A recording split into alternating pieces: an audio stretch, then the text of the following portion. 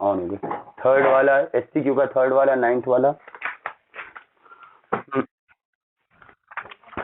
अच्छा एक मिनट जरा लिख लें ऊपर।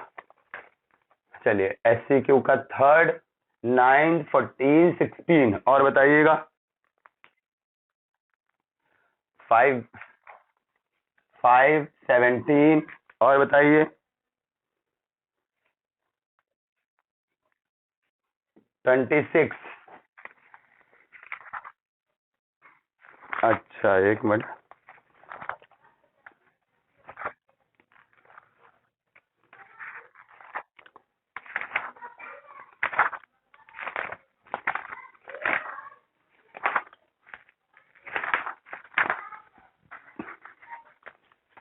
थर्टी फोर 37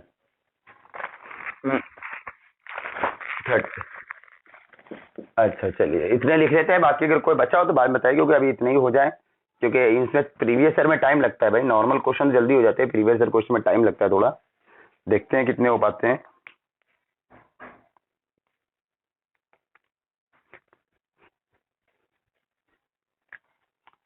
चला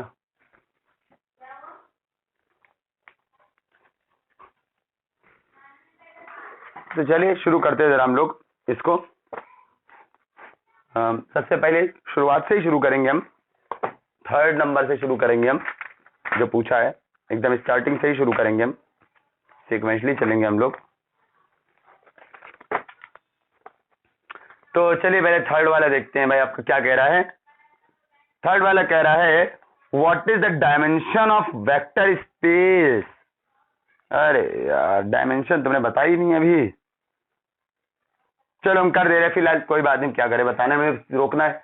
डायमेंशन बताई नहीं भाई, समझने की कोशिश करना, अगर नहीं आए तो कोई परेशान मत होना भाई, क्योंकि डायमेंशन जब पढ़ाएंगे तो आएगा। अभी डायमेंशन अगला चैप्टर है, इसमें रख दिया गया है what is the dimension of vector space formed by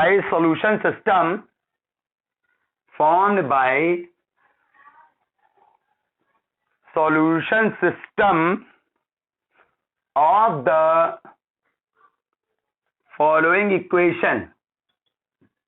क्या है भाई, x1 plus x2 plus x3 equal to 0 और x1 plus 2x2 equal to 0 और x2 minus x3 equal to 0।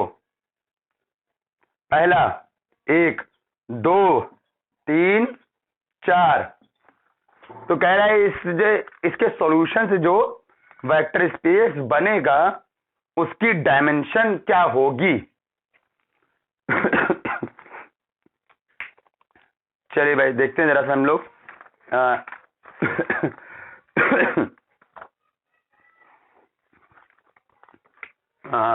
इसका कोई शॉर्टकट नहीं था यार, कोई फार्मूला नहीं लिखा है हमने, ऐसा कुछ था तो नहीं। बाकी सॉल्यूशन तो निकल ही आएगा, वो तो बाद में देखते हैं हम। चलो पहले काम करते हैं, बेसिक काम वो तो करना ही हम लोग को। पहले ए बना लो जरा। ए क्या आएगी, ए हो जाएगी 1, 1, यहाँ पर x1 नहीं है 0, यहाँ पर x2 1, x2 2, यहाँ पर x2 1, यहाँ पर 1 या 0 या -1, यही आएगा x2 आपका। 1, 1, 0 और 1, 2, 1 और 1, 2, 1 और 1 और x3 वाला 0, ठीक है ना। देख लेना जरा सा। चलो इसको इक्लाइन फॉर्म में चेंज करो, ये 0 है तो इससे कोई मतलब ही नहीं उधर वाले से, क्योंकि होमोजीनियस है। जरा इक्लाइन फॉर्म में चेंज करो फिर बताया जरा भाई। इक्लाइन फॉर्म में चेंज करोगे तो क्या आ जाएगा, इसमें से घटा दो, बस इतना काम पहले करो। R2 minus R1, R2 minus R1 changing R2 में, तो ये चला जाएगा, कितना बचेगा आपका 1, 1, 1, ये हो जाएगा 0, 1, 0 और हो जाएगा 0, 1, -1 ऐसे ही। एक मिनट, ये गलत हो गया है, यहाँ -1 आएगा, यहाँ -1 आएगा भाई, ठीक है। ये गया, ये गया, एक बचा, ये गया, ठीक है भाई। यहाँ पर 0 बनाना होता है आपको इस जगह पे भी। एक मिनट उनको एक्सेप्ट कर ले। चलो यहाँ पे भी तो 0 बनाना होता है आपको, तो जरा बना दो जरा भाई। R3 minus R2, तो ये क्या बन जाएगा आपका, देखना जरा, ये हो जाएगा आपका कितना, ये ऐसे ही रहेगा 1 1 1, और ये हो जाएगा आपका 0 1 -1 0 0 0, ये हो जाएगा आपका ना।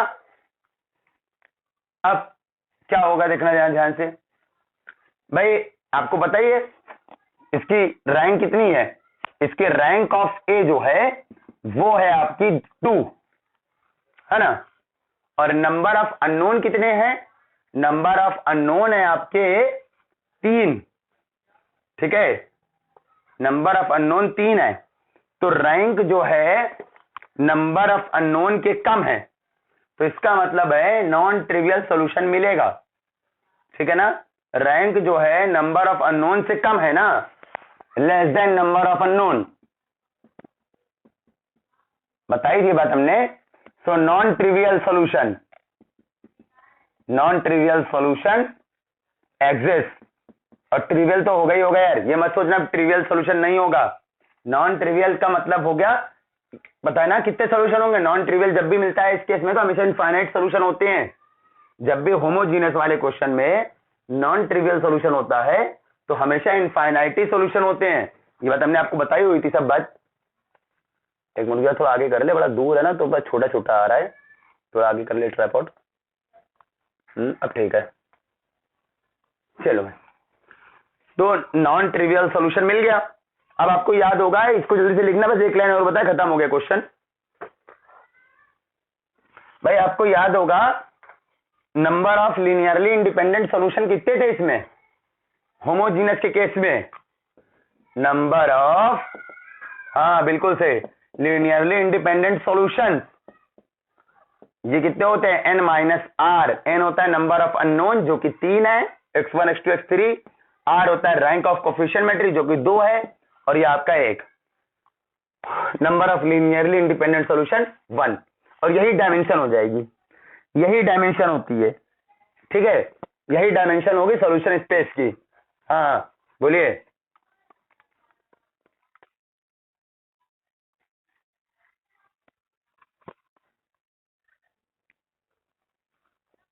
एलआई कंडीशन देखना है तो नंबर ऑफ पाइवोट्स, हाँ एक मिनट, एलआई कंडीशन क्या कहना चाह रहे हो आप, क्या अच्छा ये बात बोल रहे थे,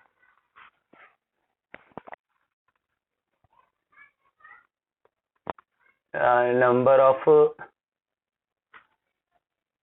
नहीं इससे निकाल लो, और उससे भी हो जाएगा, पाइवोट वाले से भी हो जाता है, लेकिन इससे निकाल लो, ज्यादा डायरेक्ट निकल आता है। और आप किस तरह बता रहे हो, समझ नहीं पा रहे भाई, क्या बताना चाह रहे थे आप।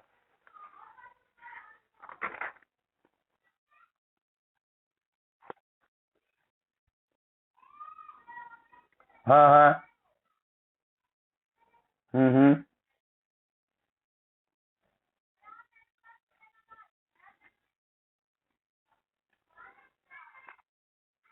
नंबर ऑफ पाइवोट्स तो 2 हैं, लेकिन लीनियरली इंडिपेंडेंट सॉल्यूशन तो एक आ रहा है, नंबर ऑफ पाइवोट्स तो 2 हैं, एक ये 1 और एक ये,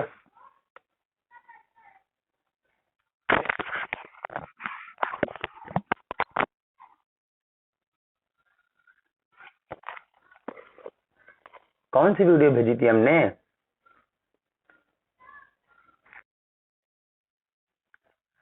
वो नॉन होमोजीनियस, अच्छा अच्छा अच्छा, अरे वो नॉन होमोजीनियस का था, समझ गए, वो n माइनस आर प्लस 1 होता है ना उसमें, हाँ उसमें होता है चीज, नंबर ऑफ, समझ गए, अच्छा आप ये बता रहे हो, चलो ठीक है ठीक है, वो नॉन होमोजीनियस केस में होता है क्योंकि इसमें n माइनस आर प्लस 1 होता है, तो उसमें नंबर ऑफ पाइवोट जो होते हैं वही हो जाता है नंबर ऑफ एलआई सॉल्यूशंस, इसमें नहीं होता है भाई, तभी तो हमें देख रहे मैच कर नहीं रहा है, नॉन होमोजीनियस वाला था, ठीक है ठीक है ठीक है, चलो भाई,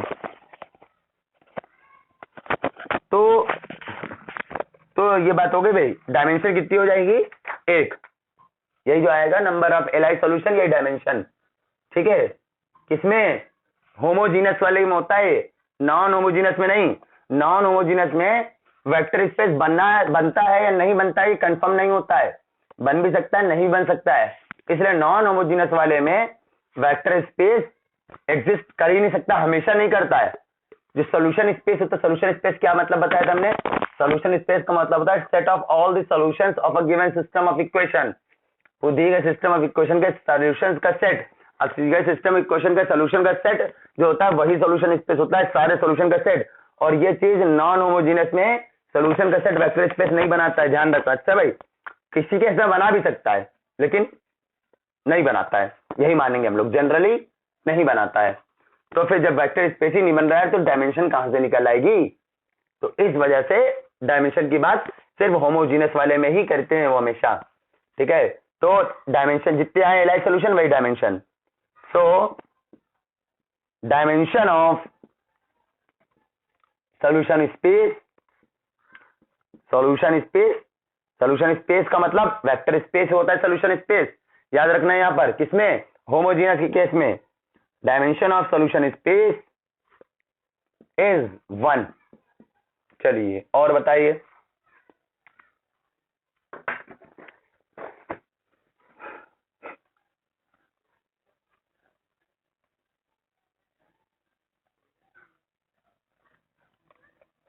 और कौन सा था तीसरे के बाद? पांचवा कह रहा है system of equation dead dash कितने सॉल्यूशन होंगे इसके लिए इक्लाइन फॉर्म में कर लेंगे। बहुत सिंपल सा क्वेश्चन पूछा है, चलो कोई बात नहीं भाई, पूछा तो बताएंगे। पांचवा नंबर है, हम पूरा क्वेश्चन नहीं लिखेंगे। तीसरा हो चुका है, हटा दे रहे हम।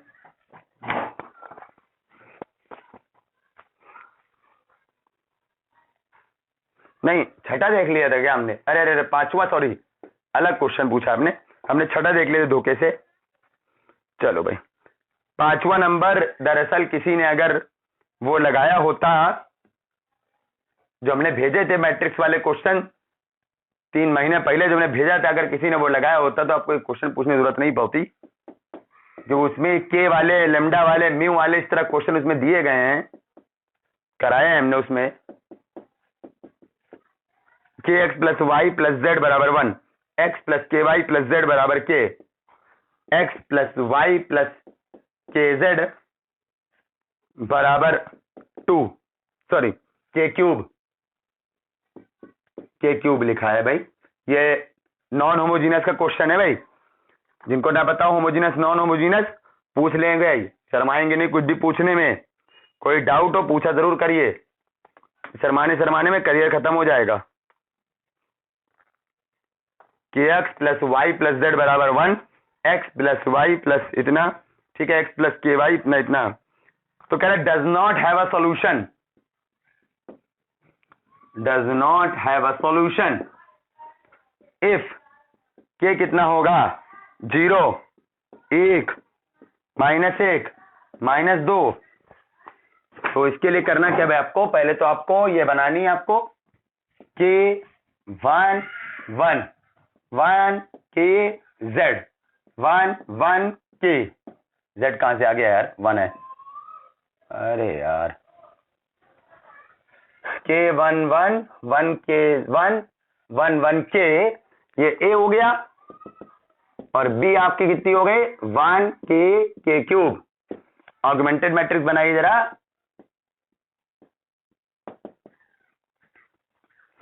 के 1 1 1 के 1 1 1 के 1 के क्यूब, ठीक है। तो ये है आपकी ऑगमेंटेड मैट्रिक्स हो गई आपकी। तो पहले तो ये बात है भाई, जरा इसको ऊपर लेके जाओ यार, ऐसा नहीं हो पाएगा ना, इसको ऊपर लेके जाओ, जरा इसको ऊपर लेके चले जाओ, ठीक है, जिससे कि आपका यहां पर 1 बन जाए। इसलिए R1 और R2 को इंटरचेंज कर लो जरा, तो ये आपका हो जाएगा 1 के 1, और यहां पे हो जाएगा आपका के, और ये नीचे आ जाएगी के 1 1, और यहां पर हो जाएगा आपका 1, और बाकी आखिरी वाले इसे रखेंगे। चलो भाई, तो इसको पहले यहाँ 0 बनाओ जरा इक्लाइन फॉर्म की वजह से, इसमें के का मल्टीप्लाई करके इसके साथ घटा लो R2 के साथ। चलो ऊपर वाला ही रेस कर रहे हैं, R1 में के का मल्टीप्लाई करके R2 के साथ घटा लो भाई।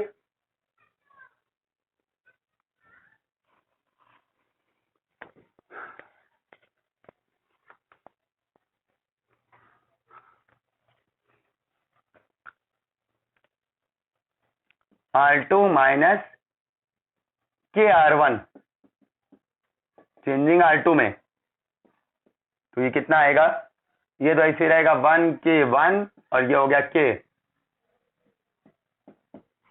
इसमें K का मल्टीप्लाई करो, घटा लो 0, इसमें K का मल्टीप्लाई करो 1 माइनस के स्क्वायर, इसमें K का मल्टीप्लाई करो 1 माइनस के, इसमें K का मल्टीप्लाई करो 1 माइनस के स्क्वायर, इसमें से अब यहाँ R3 माइनस R1 भी कर लो जरा यार, R3 माइनस R1, ये हो गया 0, ये हो जाएगा 1 माइनस के, ये हो जाएगा K माइनस 1, ये हो जाएगा आपका क्या कर रहे हैं हम लोग, K क्यूब माइनस K, ये चीज हो जाएगी आपका ना, है ना। तो ये बात आ रही है आपकी। तो अब इसके बाद और ऑपरेशन लगा लो, इसको घटा लो, इन दोनों को आराम से हो जाएगा भाई। पहले इसमें 1 माइनस के का डिवाइड कर दो पूरे में, ठीक है, पहले इसमें पूरे में 1 माइनस के का डिवाइड कर दो तो कर दो जरा सा, R2 में 1 माइनस के का डिवाइड कर दो, इससे ये फायदा होगा कि यहाँ पर 1 प्लस थोड़ा सा छोटा हो जाएगा, और R2 में ही नहीं R3 में भी कर दो, 1 माइनस के का डिवाइड इसमें भी कर दो, अब और छोटा हो गया, बहुत छोटा सा क्वेश्चन और सिंपल हो गई मैट्रिक्स। तो ये ऐसे ये ऐसे ही, और यहाँ 0 ऐसे, ये लिखा 1 प्लस के 1 माइनस के, 1 माइनस के का डिवाइड, यहाँ 1 माइनस के का डिवाइड 1 बचेगा, यहाँ 1 माइनस के का डिवाइड 1 प्लस के बचेगा, यहाँ 0 ऐसे 1 माइनस के का डिवाइड 1 बचेगा, यहाँ 1 माइनस के का डिवाइड करोगे तो माइनस पहले कॉमन ले लो तो बचेगा माइनस का 1 बचेगा। यहाँ पर लिखा है के क्यूब माइनस 1 माइनस के, भाई ये लिखा है ना के क्यूब माइनस के का मतलब क्या हो गया, इसमें से माइनस का के कॉमन ले जरा सा, तो बचेगा क्या के 1 माइनस के स्क्वायर, ये हो जाएगा 1 माइनस के स्क्वायर हो जाएगा आपका, है ना। और इसको क्या करोगे, इसको लिख दोगे के प्लस 1 और के 1 माइनस के 1 प्लस के हो जाएगा ये। चलो फिर 1 प्लस के का डिवाइड करोगे जब आप, तो ये बचेगा माइनस का के, और यहाँ हो जाएगा 1 प्लस के,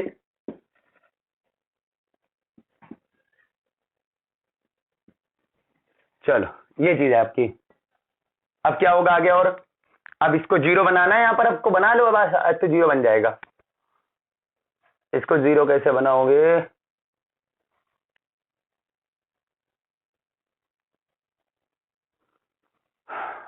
इसको 0 बनाने के लिए हमें दोनों मल्टीप्लाई करना पड़ेगा, इसमें 1 प्लस के का भी डिवाइड करना पड़ेगा हमको, इसमें 1 प्लस के का भी डिवाइड करना पड़ेगा आपको, एक ही साथ कर लेते ज्यादा बेहतर था यार, एक ही साथ कर लो जरा, 1 माइनस के स्क्वायर का डिवाइड कर दो जरा इसमें पूरे में, अब ज्यादा बेहतर है यार, इसमें 1 माइनस के स्क्वायर का डिवाइड करो, R2 वाले में R3 ठीक है, R2 वाले में 1 माइनस के स्क्वायर करो जरा, तो यहाँ 1 माइनस के स्क्वायर करो कितना आ जाएगा, यहाँ 1 माइनस के स्क्वायर करोगे तो ये आपका 1 बन जाएगा, यहाँ 1 माइनस के स्क्वायर करोगे तो यहाँ से आपका 1 प्लस के बचेगा, है कि नहीं भाई, 1 माइनस के स्क्वायर करो 1 प्लस के बच जाएगा, नहीं 1 माइनस के स्क्वायर से डिवाइड करो, अपॉन में 1 प्लस के बचेगा, अपॉन में, तो अपॉन में 1 प्लस के बचेगा।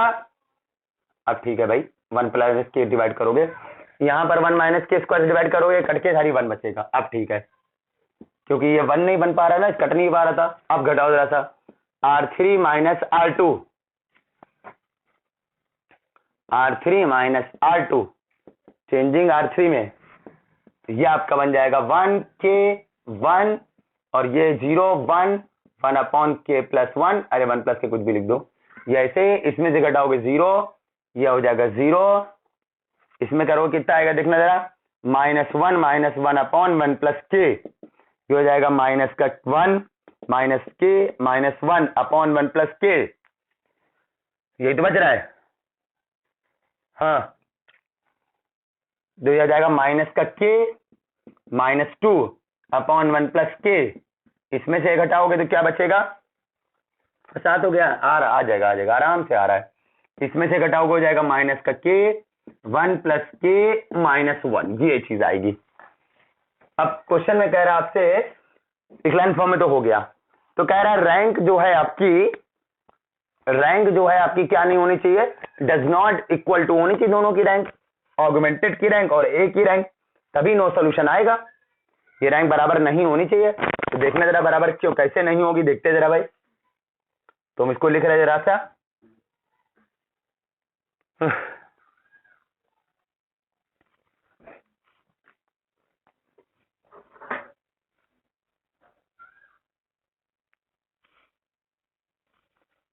डज नॉट, इफ के इज इक्वल टू, अगर ये सोल्यूशन नहीं है तो के क्या होगा?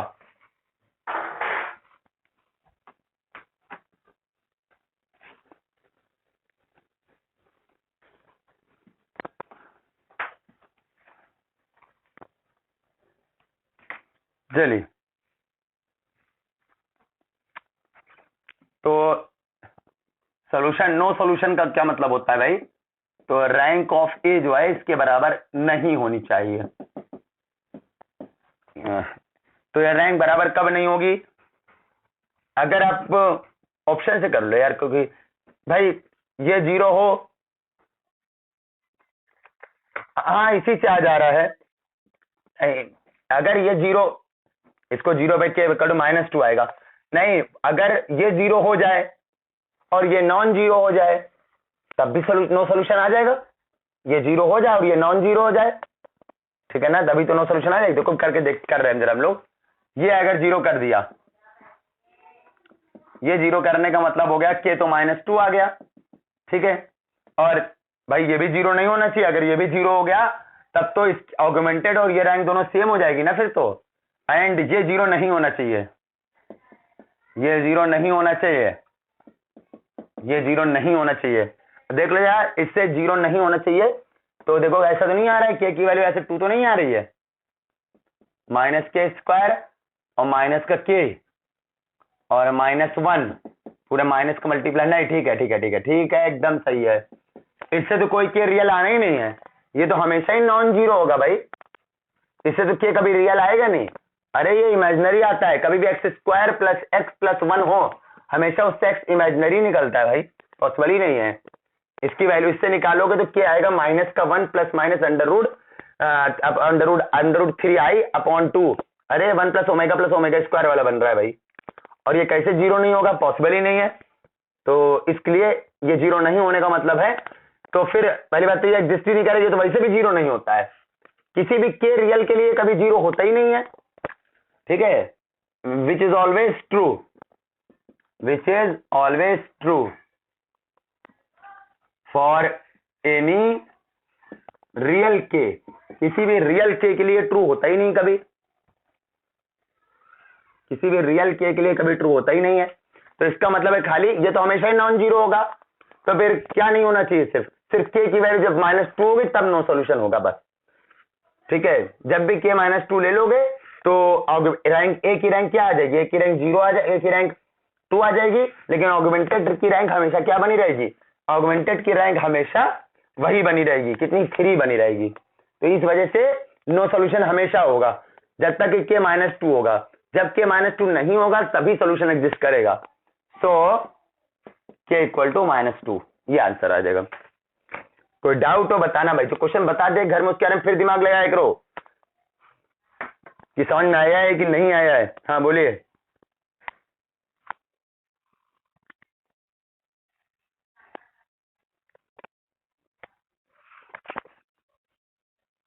मल्टीप्लाई कर, देखिए मानवी मल्टीप्लाई में दिक्कत होती, कोई फर्क नहीं पड़ता, बिल्कुल सही था, मल्टीप्लाई में दिक्कत होती है बस खाली।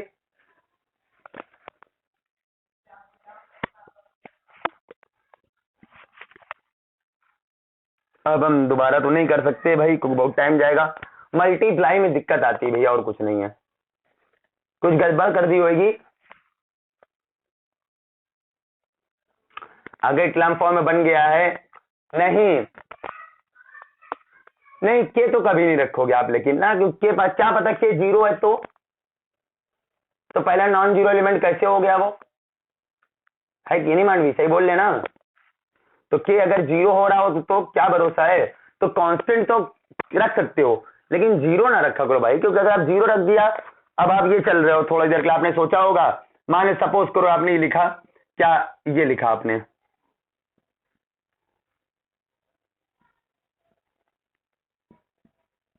ये क्लान फॉर्म में है, क्यों मांडवी, इक्लाइन फॉर्म में है ये? नहीं है ना। अच्छा, अगर हमने के रखा, अब इक्लाइन फॉर्म में है ये? कैसे कह सकते हैं? जरूरी थोड़ी है, जरूरी नहीं है। हो सकता है के की वैल्यू 0 हो जाए तो, तब तो इक्लाइन फॉर्म में नहीं है, तो फिर के रखना नहीं ठीक है। हाँ, यहाँ 2 हो, 3 हो, 4 हो, सब चल जाएगा। ये मत सोचो हमेशा 1 ही रखना है। 1 हम इसलिए बना लेते ना, ऑपरेशंस लगाने में आसानी हो जाती है, इसलिए 1 बनाते हैं। अगर आप के ऐसे रख दिए तो इक्लाइन फॉर्म में कैसे कर सकते हो आप? ये है, हो सकता है के 0 हो जाए तो, जब के 0 हो जाएगा तो फिर ये वाला गड़बड़ नहीं हो गया। ऊपर वाली रो का पहले नॉन जीरो एलिमेंट के, नीचे वाली रो का पहला नॉन जीरो एलिमेंट ऊपर वाले के क्या राइट में जा रहा है? नहीं, जस्ट नीचे है, इक्लाइन फॉर्म में ही नहीं है। तो इस वजह से यहाँ पर 0 नहीं होना चाहिए। बस यहाँ पर पहली रो का पहला एलिमेंट या दूसरा एलिमेंट जो भी है वो 0 नहीं होना चाहिए। अपनी मर्जी 0 नहीं रखेंगे। क्वेश्चन में दिया है, अगर पॉसिबल हो तो रो को इंटरचेंज करके ऊपर नीचे कर लो, 0 नहीं होना चाहिए भाई। 1 बन रहा है तो बहुत ही अच्छी बात है, ठीक है। चलिए भाई, और हम बता रहे खुद से, रुक जाए, इंक फिल कर ले रहा। ये मार्कर पतला चलता है ना, तो थोड़ा सा बोर्ड पे सही नहीं दिखता है हमको, दिखता है बहुत धीरे धीरे, स्क्रीन में अच्छा नहीं आ रहा है।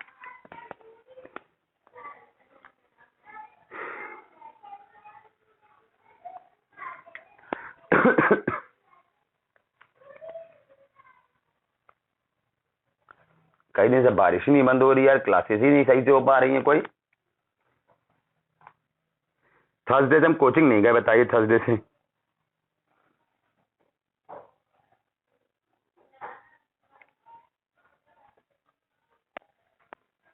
फ्राइड वेंसडे को कोचिंग गए थे, उसके ऐसे हम कोचिंग नहीं गए।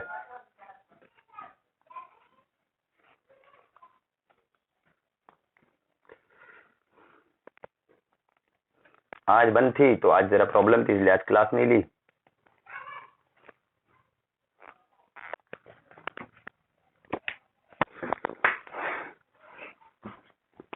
अभी क्लास ऑफ करना पड़ेगा, जहां तक शायद परसों अभी ऑफ होगी, जहां तक 1-2 क्लासेस ऑफ होंगी भाई, ज्यादा नहीं, बस 1 आधी 2 होंगी बस।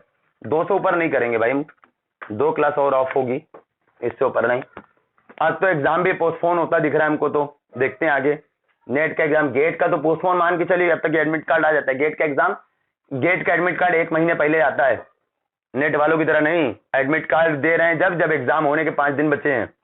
गेट का एडमिट कार्ड जो होता है एग्जाम के 1 महीना पहले आ जाता है। तो पोस्टपोन हो गया है गेट का भी, जहां तक देखते हैं अभी, क्योंकि केसेस बढ़ ही रहे हैं। ये ऑल इंडिया लेवल के एग्जाम है, बाहर केसेस बहुत ज्यादा है अभी कोरोना के, बाहर बहुत ज्यादा केसेस है अभी। मुंबई वगैरह में बहुत ज्यादा केस है, मुंबई में, बंगलौर में, सॉरी कह रहे, मुंबई में, बंगाल में, वही कोलकाता, पश्चिम बंगाल हमारा। चलो, तो ये हो गया, 5वां भी हो गया, ठीक है। अब बात आ रही है 90 की। हमें 6 बजे क्लास लगानी थी, लेकिन उठते उठते फिर सेटअप करना पड़ता है, थोड़ा सा रखते रखते हो जाता है टाइम। हमें 6 बजे क्लास लगानी थी, इसीलिए मैं मानता आज प्रीवियस ईयर क्वेश्चन जिस दिन होता है ना, तो बहुत टाइम जाता है उस दिन। सेटअप करते करते, सब सेट करते करते टाइम हो जाता है 5-7 मिनट। 9 नंबर कह रहा है ये सिस्टम ऑफ इक्वेशन दिया आपको, और एक और दे रहा है भाई,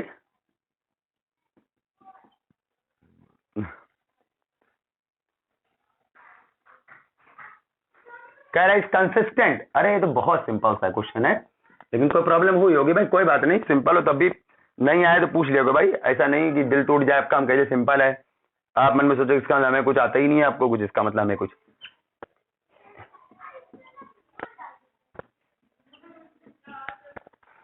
कह रहा है कंसिस्टेंट,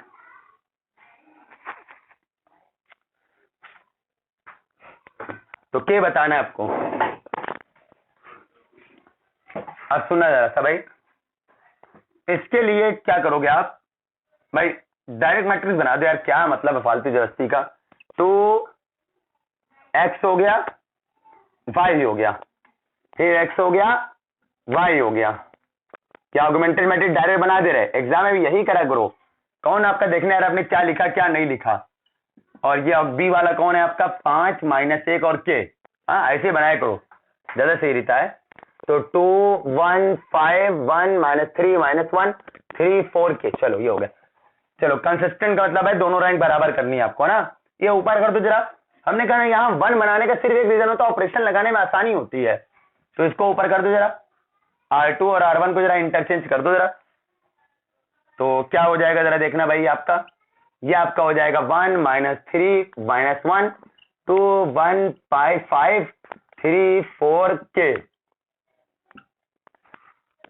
ठीक है। चलो ये हो जाएगा 3 4 के, और ये ऊपर वाले नीचे, नीचे वाला ऊपर, ठीक है। चलो ठीक है, चलो करते हैं। ये इसमें 2 का मल्टीप्लाई करो, R2 माइनस 2 R1,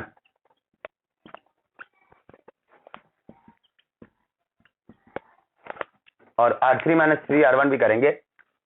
चलो तो ये कितना आ जाएगा, 0 2 3 6, एक में से माइनस 6 गए बच्चे 7, 2 का करेंगे इसमें माइनस 2, 5 और 2 7, इसमें करोगे R3 माइनस 3 R1, तो 0, यहां करोगे 3 3 का 9 माइनस 9, 4 माइनस 9 हो जाएगा 13, यहां करो कितना आ जाएगा भाई 3 एक 3 3 माइनस 3, के में से माइनस 3 जाएगा के प्लस 3, ठीक है। ये चीज आएगी भाई, अभी भी बहुत इजी, R2 में पूरे में 7 का डिवाइड कर दो और आसान, फिर इसमें 13 का मल्टीप्लाई घटा, तो बहुत इजी सा क्वेश्चन हो गया है। चलो ऊपर से रेस कर रहे हैं, कहा था मैट्रिक्स वीडियो नहीं देखी यार, कहा था इतनी बार, वीडियो कोई नहीं देखता है, कुछ ही लोगों ने देखी, बाकी लोगों ने देखी नहीं वीडियो, इसीलिए भेजी थी भाई हमने वीडियो, इसलिए थोड़ी भेजी थी कि बीएससी हम फिर से पढ़ाने वाले थे हम इसलिए भेजी आपको बेसिक चीजें अच्छे के लिए, जहां पर हम इतने अच्छे थोड़ी बताएंगे, यहाँ पर तो हमें जल्दी से निकालना है इसको, क्योंकि ये सब बहुत बेसिक चीजें, इतना थोड़ी टाइम वेस्ट करेंगे। टफ क्वेश्चन जो होगा लगेगा हमको टफ, टाइम वेस्ट करने लगे है क्वेश्चन, तो ही टाइम उसमें लगाएंगे उसमें हम। चलो तो ये इससे कर दिया हमने, ठीक है। तो ये आपका कितना बन जाएगा 1 माइनस 3 माइनस 1, 0 1 और 1, या 0 13 के प्लस 3। चलो फिर एक बार इसमें 13 का मल्टीप्लाई करके इससे माइनस कर दो, हालांकि हम डायरेक्ट यहां पर कर देना चाहिए हमको, 13/7 का डायरेक्ट मल्टीप्लाई करके R3 में घटा देते, लेकिन द्वितीय में सोचते हैं ना क्या आएगा क्या नहीं, वो 13 में कर लेते दोबारा हम। चलो 13 का मल्टीप्लाई कर दो R2 में और R3 से घटा दो, तो क्या बनेगा देखना जरा, 1 माइनस 3 और ये माइनस 1, ये 0 ये 1 ऐसे ही, ये 1 ऐसे, ये 0 ये 0 हो जाएगा, 13 करोगे जाए कितना 3 3 माइनस 13 होता माइनस 10, कंसिस्टेंट तब होगा भाई जब ये भी 0 हो जाए, काम खत्म, ले खत्म भाई। अगर ये 0 नहीं हुआ, अगर ये पता है आपको ये वाली पार्ट रैंक एक ही होती है, क्योंकि यहां तो के वगैरह कुछ है नहीं इतने पार्ट में, जब के है नहीं इसकी रैंक तो फिक्स है, 2 नॉन जीरो रो तो रैंक 2, इसकी रैंक तो फिक्स है। अब बात करो इसकी भी रैंक कितनी होनी चाहिए, इस ऑगमेंटेड पूरे की रैंक भी 2 होनी चाहिए, तभी बराबर होंगी रैंक, और तभी सॉल्यूशन कंसिस्टेंट होगा, सिस्टम ऑफ इक्वेशन कंसिस्टेंट होगा, मतलब सॉल्यूशन विल बी एग्जिस्ट, तभी होगा पॉसिबिलिटी। तो इसलिए आपको ये 0 करना पड़ेगा भाई, तभी तो होगा, ठीक है। तो इफ के बराबर 10 कर दो आप, जब के बराबर 10 करोगे तो ये भी 0 हो जाएगा, तो पूरे में देखोगे तब भी एक नॉन जीरो रो 2 नॉन जीरो रो, तो आपकी रैंक क्या आ जाएगी बराबर, ये रैंक बराबर हो गई, तो दोनों रैंक बराबर हो गई, तो सॉल्यूशन हो गया, कंसिस्टेंट है, लैंग्वेज एक बार नहीं लिखेंगे हम लोग, ठीक है। ये आ रही चाहिए सॉरी के पूछ रहा था ना, के बराबर 10 चौथा नंबर, अगर के 10 नहीं लोगे, के कुछ और ले लो, 10 के अलावा 11 ले लो 12 ले लो, तो फिर ये 0 होगा नहीं, जब ये 0 नहीं होगा तो इसकी रैंक तो 2 आ ही रही, क्योंकि इसमें तो के कुछ है ही नहीं, लेकिन इसकी रैंक 2 नहीं आएगी, फिर इसकी रैंक 2 नहीं आएगी इस पूरे आर्गुमेंटेड की, क्योंकि ये नॉन जीरो हो गया, तो मान लो ये उठा के यहाँ पर मान लो 5 हो गया, कुछ भी रख दो यार, 15 ले लिखिए बराबर। अब ये इसमें एक नॉन जीरो रो 2 नॉन जीरो रो 3 नॉन जीरो रो, अब नॉन जीरो रो 3 हो गए तो फिर हटा दो, काम ही खत्म, छोड़ो, ठीक है।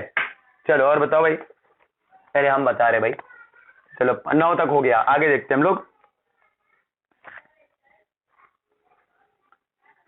9 के बाद है 15 नहीं है, 16 है 17 है, ठीक है।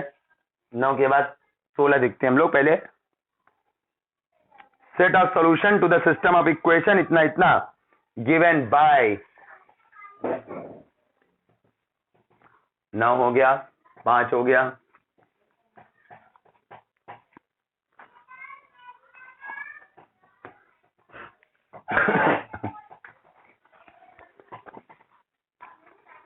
चलो, तो ये आपका हो जाएगा 16 नंबर है। Set of solution to the system of equation. I am writing only system of equation, not writing the language. ये इक्वेशन लिखी है और दूसरी इक्वेशन ये लिखी है आपकी,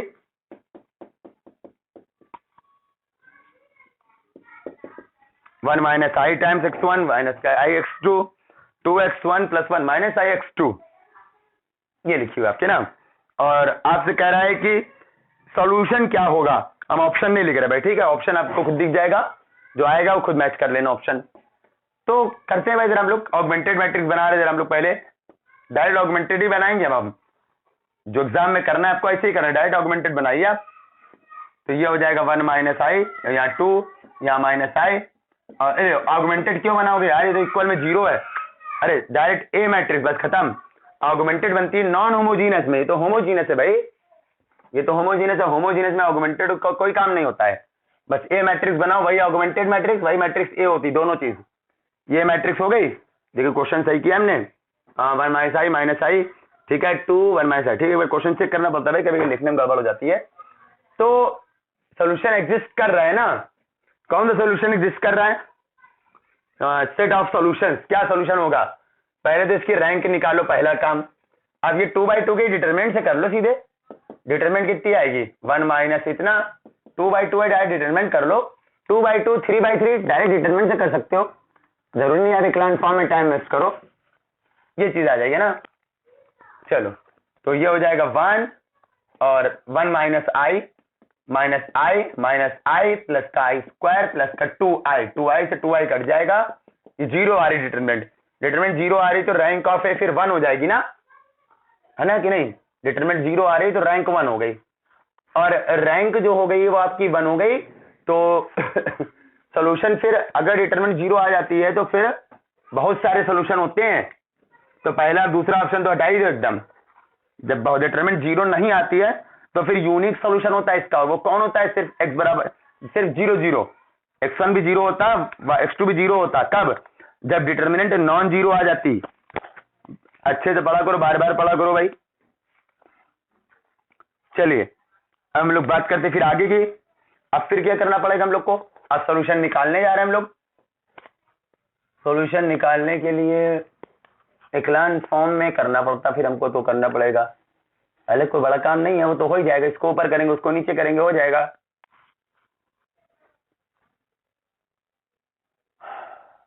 चलो इसको एटॉमिक लाइन फॉर्म में कर रहे हैं।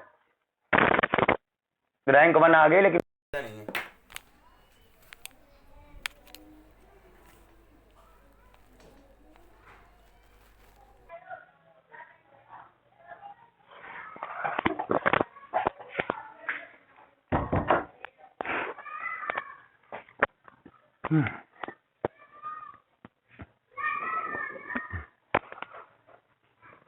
चलिए वापस आते हैं हम लोग जरा।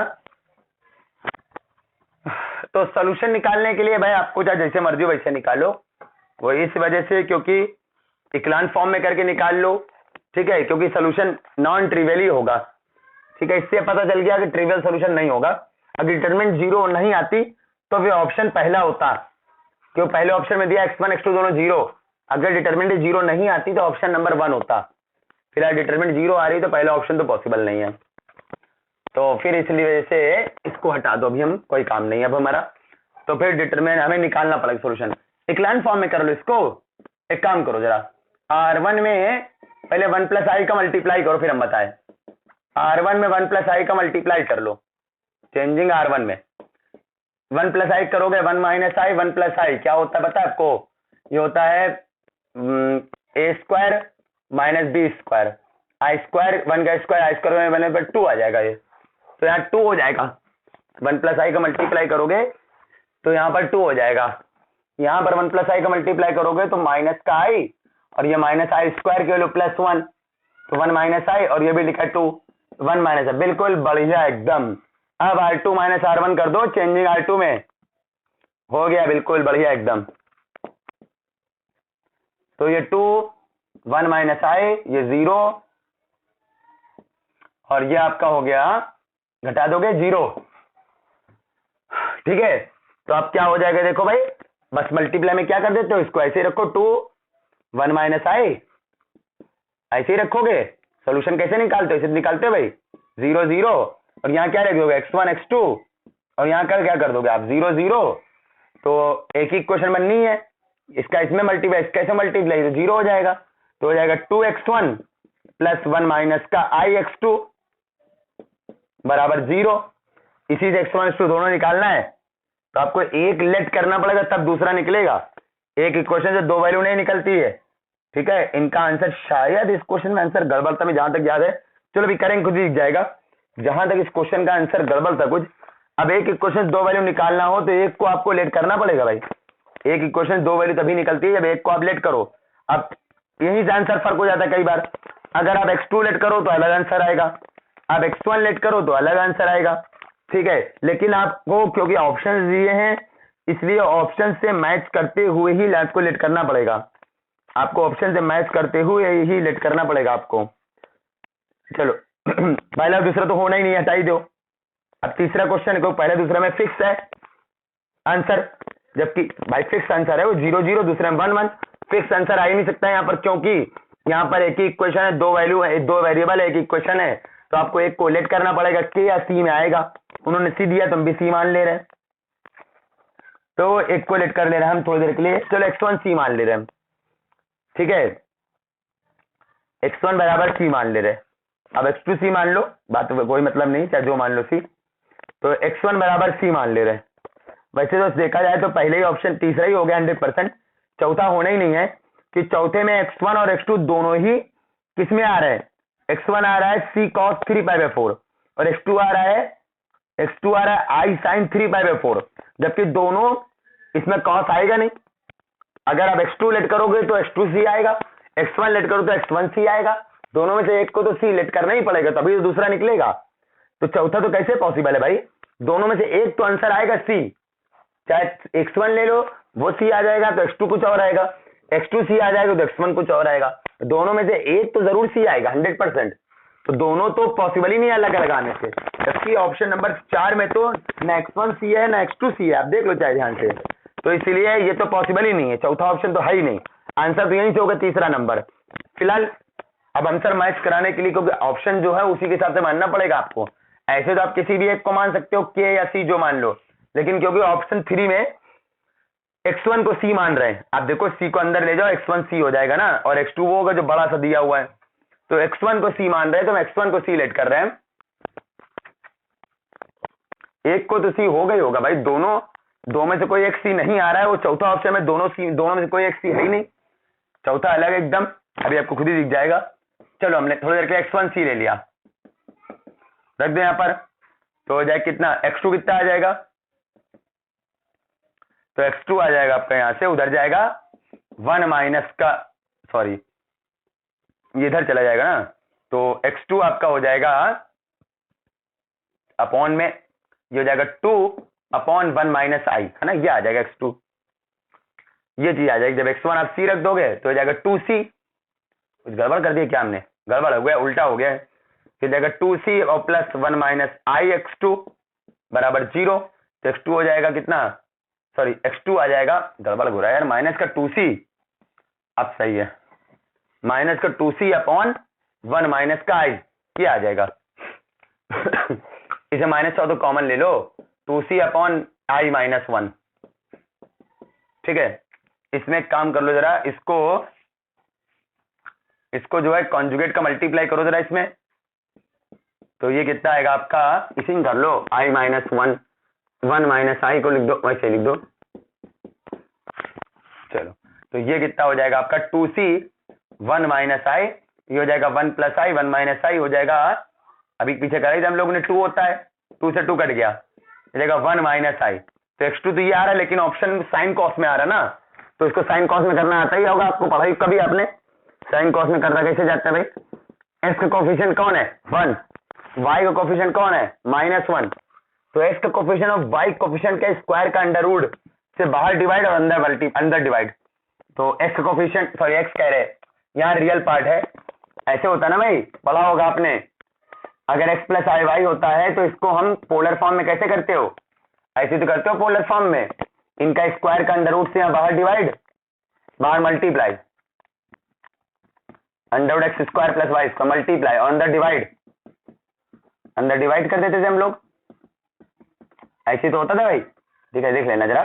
चलो तो वही चीज है, देखो एक्स कौन हो गया 1 और वाई हो गया -1, तो करोगे कितना आ रहा है बाहर मल्टीप्लाई, तो ये हो जाए कितना -1 का स्क्वायर, सॉरी 1 का स्क्वायर, 1 का स्क्वायर और -1 का स्क्वायर।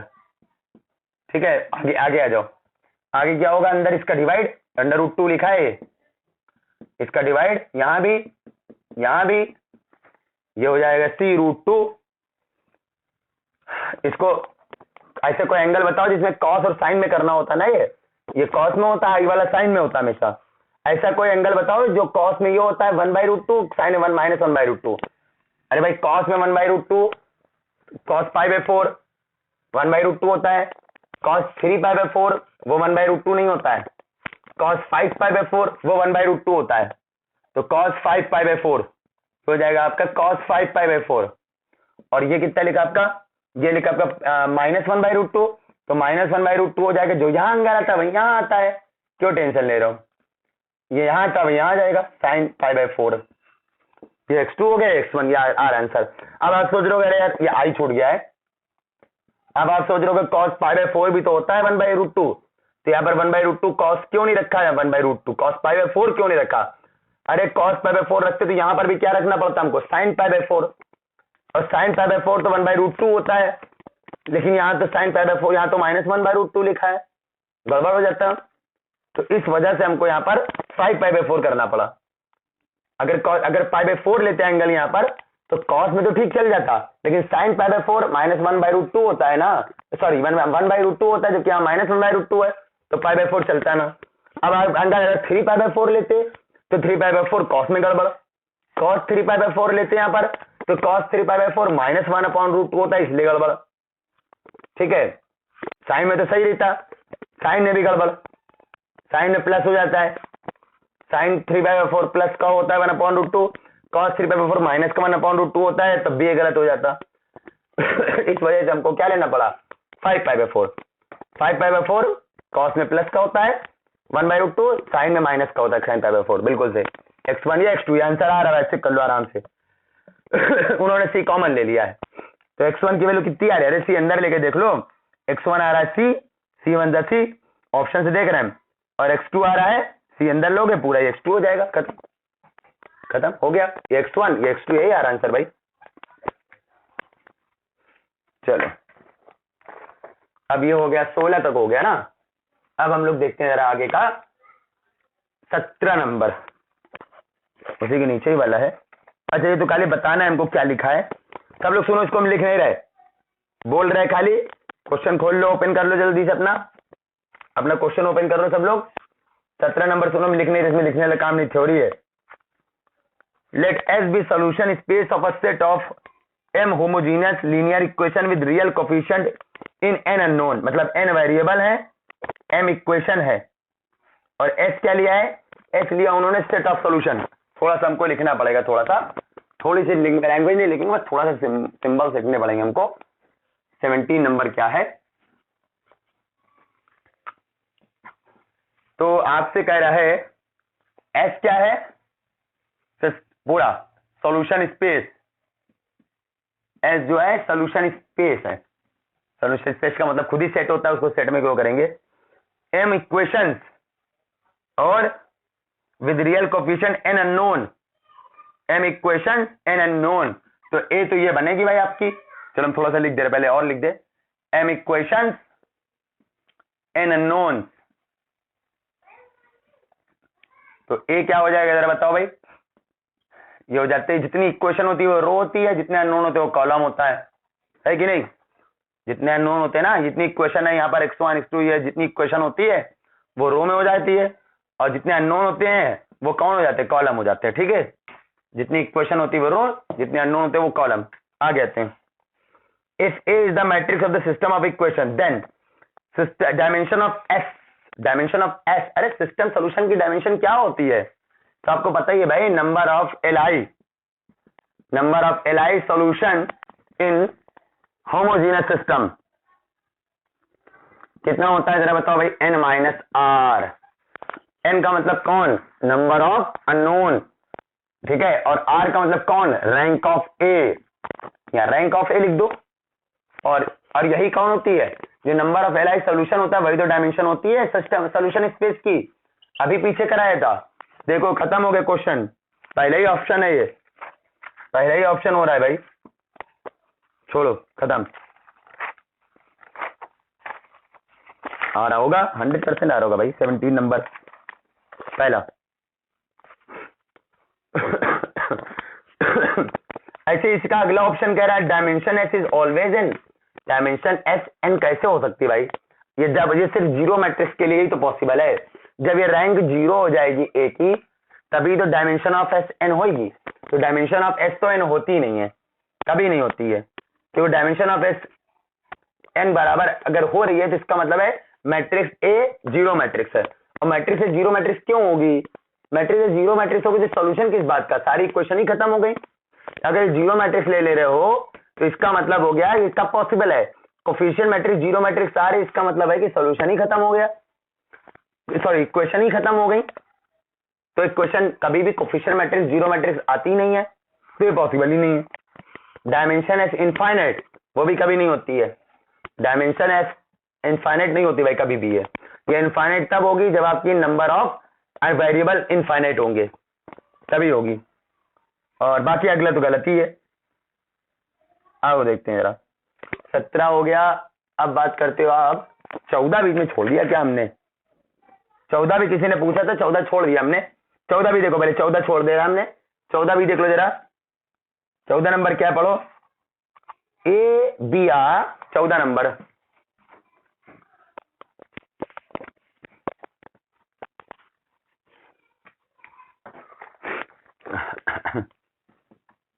चौदह नंबर में कह रहा भाई ए जो है वो आपकी m क्रॉस n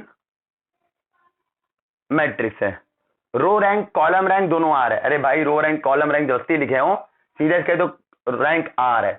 जब row rank column rank same होती तभी रैंक एग्जिस्ट करती है, तो row rank column rank R है यानी रैंक आर है, सीधे से कह लो। Dimension of system of equation homogeneous, अरे भाई बताओ जरा क्या होती है dimension of solution space of homogeneous system. फिर वही बात कितनी होती है, n माइनस आर।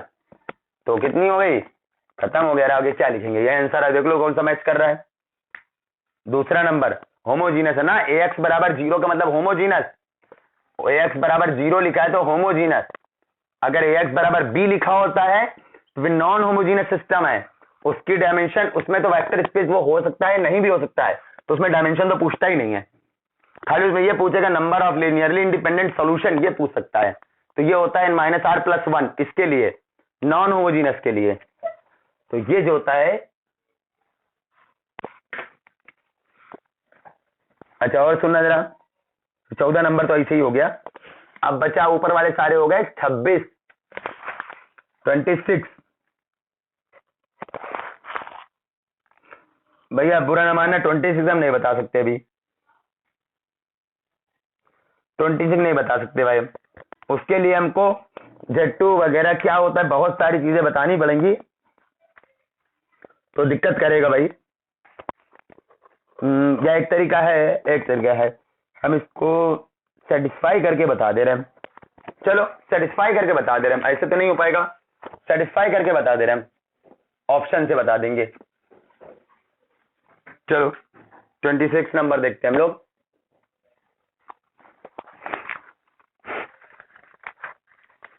ये सब क्वेश्चन तो ऐसे ही हैं, मेन तो प्रीवियस और क्वेश्चन जहां से है वो है पूछने लायक, ये तो ऐसे ही है, कोई मतलब नहीं इन क्वेश्चन का, सिंपल से एकदम।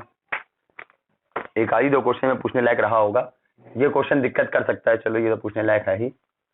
एक ये क्वेश्चन लिखी है, एक ये क्वेश्चन लिखी है, ओवर Z3।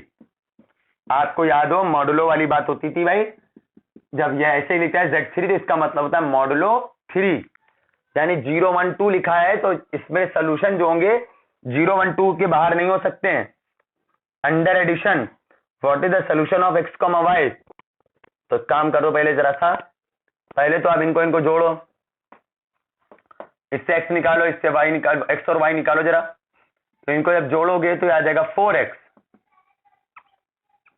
ये हो जाएगा 2, तो 4x बराबर 2, तो 2x हो जाएगा 1।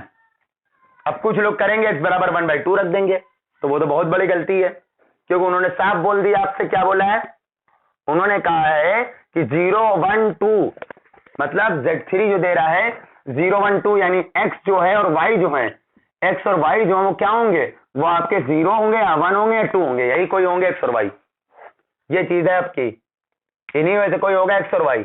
तो सारे भी हो सकते हैं, अगर सरल नहीं आएंगे यूनिक सोल्यूशन आएगा, देख के लग रहा है, क्योंकि x की वैल्यू सिंगल आ रही है इसलिए, तो इन्हीं में से कोई आएगा x और y। तो अब आप बताओ जरा, इसमें से x क्या लिया जाए कि 1 आ जाए, क्या लिया, ऐसे ना निकालना, x बराबर 1/2 मत लिखना, एकदम गलत तरीका है, क्योंकि 1/2 इसके अंदर नहीं है, ठीक है, 1/2 इसके अंदर नहीं है।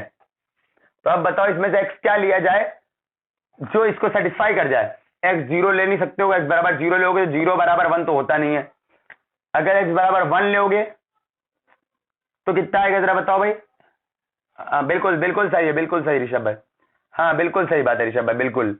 तो अगर x बराबर 1 लोगे तो यहाँ हो जाएगा 2 बराबर 1, वो होता नहीं है। अगर x बराबर 2 लोगे, अगर x बराबर 2 लोगे तो हो जाएगा, कितना हो जाएगा, ये इधर आ जाएगा 2 2 जा 4, 2x बराबर हो जाएगा भाई, 2x पहले लिख दे, बाद में 1 अपने आप हो जाएगा, तो 2x बराबर हो जाएगा 2 × 2 यानी 4। और आपको पता है 3 मॉडलों में 0 1 2 लिखा है ना, अगर इनके बाहर से कोई नंबर आता है तो इसमें डिवाइड करते हो, और जो आता है रिमाइंडर लिखते हो, याद करो भाई, बहुत पहले पढ़ा होगा, नहीं पढ़ा है भाई कोई बात नहीं, जब हम पढ़ लें तो अपने आप क्लियर हो जाएगा। हमको याद, जिनको ना आता हो एक बार मैसेज कर देना, हम इसका मॉडलो वाली पार्ट भेज देंगे। लेकिन मॉडलो पार्ट यार हमने नेट का मैच में इतना पढ़ा ही नहीं मॉडलो, क्योंकि नेट के बैच में कोई आता है उनको मॉडलो मोस्टली मालूम होता है। तो ये 1 हो गया भाई, तो 2x हो गया 1, ठीक है, तो इसका मतलब x क्या होना चाहिए, 1 होना चाहिए, सॉरी 2, तो x = 2। अब x बराबर 2 इसमें रखो, जल्दी से कहीं भी रख दो, ऊपर ही रख दो, चलो, तो कितना हो जाएगा, x बराबर 2 रखोगे 2 दूनी 4 और प्लस 2y बराबर 1, ठीक है, तो 2y कितना हो जाएगा, अच्छा 4 नहीं लिखोगे, 4 नहीं लिख सकते हो आप, क्योंकि मॉडुलो कह रहा है ना, तो 4 हटाओ जरा, 4 को क्या लिखोगे 1, तो 2y, 4 को लिखोगे आप 1, ये चीज कट गया, तो 2y बराबर 0, तो y 0 आ जाएगा, नहीं y बराबर क्या रखो, हाँ 0, जब y बराबर 0 रखोगे तभी तो 0 आएगा, कि y 0 लोगे तब ये 0 आएगा। y अगर 1 लोगे तो ये 0 बराबर 2 पॉसिबल नहीं है, y अगर 2 लोगे तो 2 दूनी 4, और 4 क्या होता है, मॉडुलो 3 में 4 की वैल्यू 1 होती है, ठीक है ना, तो ये कितना हो जाएगा आपका, तो y बराबर आपका कितना होगा, y जो होगा वो आपका हो जाएगा 2, सॉरी 0, तो आंसर आ जाएगा 2, 0, x बराबर 2, y बराबर 0। चलो ऑप्शन दूसरा, तो ये था आपका इतना। अब और बात आ रही है 26 हो गया, 34, चलो 34 नंबर आते हैं हम लोग, 34 35 37, ये जो है 34 नंबर है, 34 दिसंबर 2013 का क्वेश्चन है। अब यहां से प्रीवियस ईयर क्वेश्चन शुरू हो रहे हैं, जो लोग नहीं लगा रहे हो भाई उनका हो नहीं सकता सिलेक्शन, कोई फायदा नहीं है, उनका करियर बेकार है भाई, जितना उन्होंने पढ़ा पीछे पढ़ा है तक, इतनी मेहनत करी है वो सब उनके लिए बेकार है। इतने साल से पढ़ रहे हो, इतनी मेहनत से बीएससी पूरा किया होगा, फिर एमएससी तक पहुंचे होगे, तो अगर एमएससी कर चुके होगे या तो अगर नहीं लगा रहे हो तो बेकार है, पूरे जितना पढ़ा है तक वो बेकार। हमने तो कुछ भी फीस नहीं ली है, ना के बराबर ली है, इसकी फीस बहुत पड़ती है भाई, हम कैसे पढ़ाते हैं यार, हमने बहुत बेहतर जानते देखा है हमने। कभी टाइम मेरे पास इतनी बड़ी वीडियोस है, नहीं तो हम भेज देते आपको, किस तरह से पढ़ाया जाता है दिल्ली की कोचिंगों में, जो बड़ी फेमस आती हैं, जिनकी वेबसाइट मिल जाएगी, गूगल में डालते हैं उनका नाम आ जाएगा। 2 घंटे क्लास में इतना पढ़ाते हैं, जो हम 15-20 मिनट में पढ़ाते हैं वो 2 घंटे क्लास में पढ़ाते हैं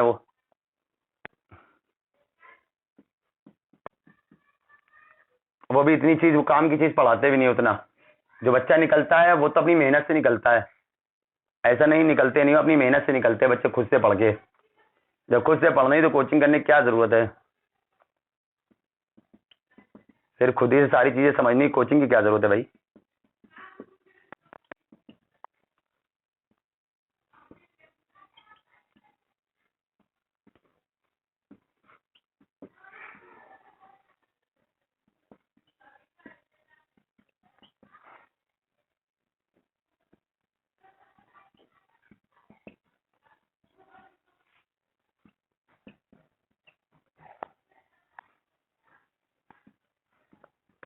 चलो ये क्वेश्चन लिखा हुआ है 4 5 2 1।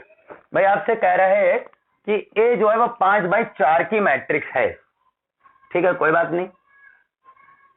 ए 5/4 की मैट्रिक्स है और ए एक्स बराबर 0 है। कब? जब एक्स बराबर 0 हो तब। ए एक्स बराबर 0 तभी है जब एक्स बराबर 0 हो। ये क्या बात, इसका क्या मतलब है? चलो कोई समझाओ जरा सा हमको, इसका क्या मतलब है? समझाओ भाई कोई, इसका क्या मतलब हुआ है यहां पर?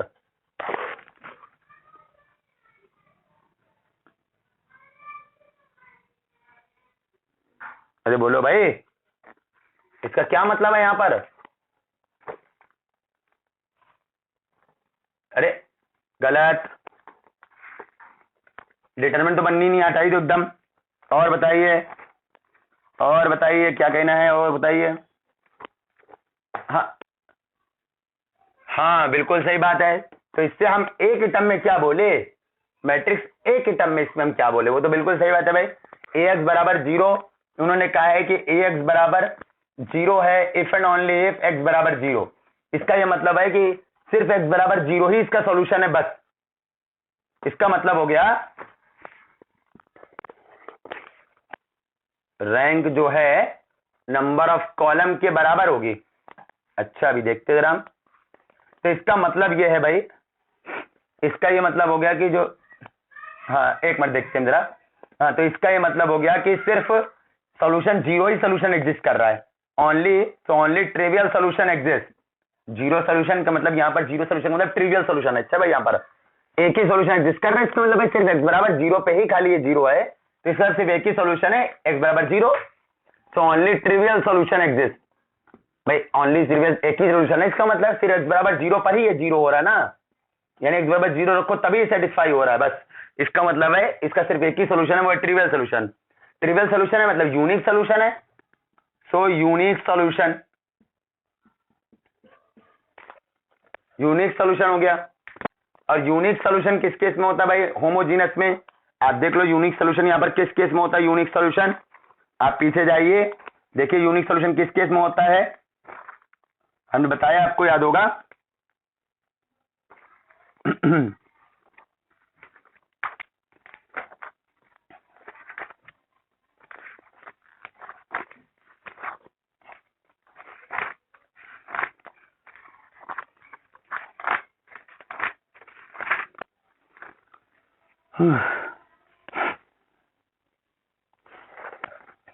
डिटरमिनेंट तो यहां पर हो नहीं सकती,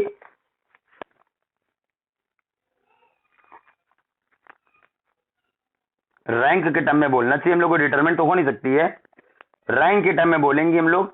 ऐसे अगर ये तो अगर ए आपकी स्क्वायर मैट्रिक्स होती तो आप कहते डिटरमिनेंट नॉन जीरो है, डिटरमिनेंट नॉन जीरो बोल देते आप।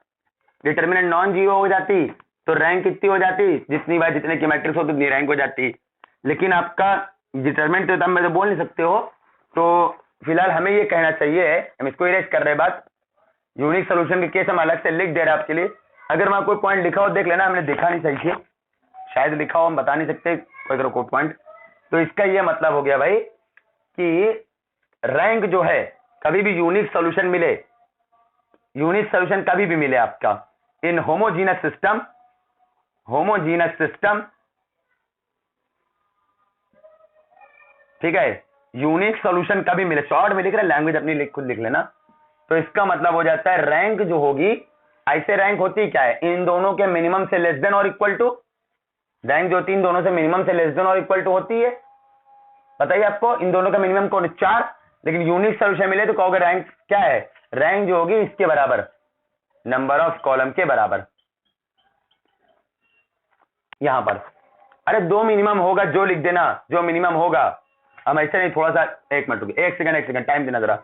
तो रैंक जो होगी ए मान लो कितनी है, m क्रॉस n की है, तो रैंक जो होगी बराबर होगी minimum of m comma n। अब सही लिखा है, नहीं तो यहां पर कॉलम है, हमेशा तो कॉलम रहेगा नहीं ये 4। अगर ये 4/5 की हो जाती तो क्या करते, गलत हो जाता ना। तो रैंक इसके इक्वल कर देना, ऐसे तो लेस देन और इक्वल टू होती है, लेकिन आप रैंक इक्वल कर देना। किस केस में, यूनिक सॉल्यूशन। और होमोजीनियस सिस्टम के केस में यूनिक सॉल्यूशन का मतलब होता है जीरो सॉल्यूशन, ट्रिवियल सॉल्यूशन जो कह लो। तो इसका मतलब यहां पर क्या हो गया, यहां पर रैंक हो जाएगी हमारे क्वेश्चन में इन दोनों का मिनिमम कौन है, 4। हमारे क्वेश्चन में रैंक 4 हो जाएगी, ये वाला ऑप्शन। ठीक है, जिसको दिक्कत हो बताइए भाई।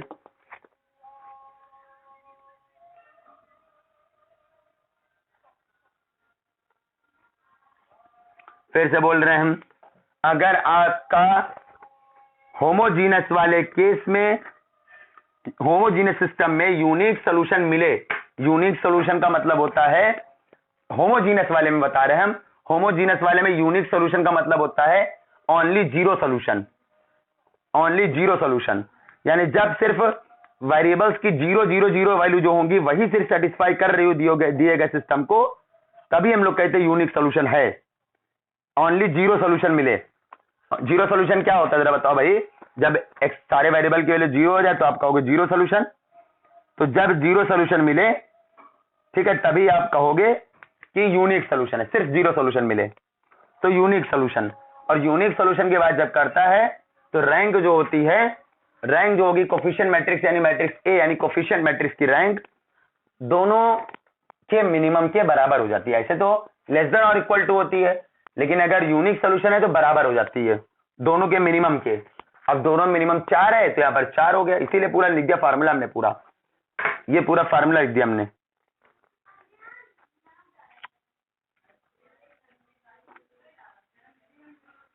और कोई दिक्कत किसी को बताइए।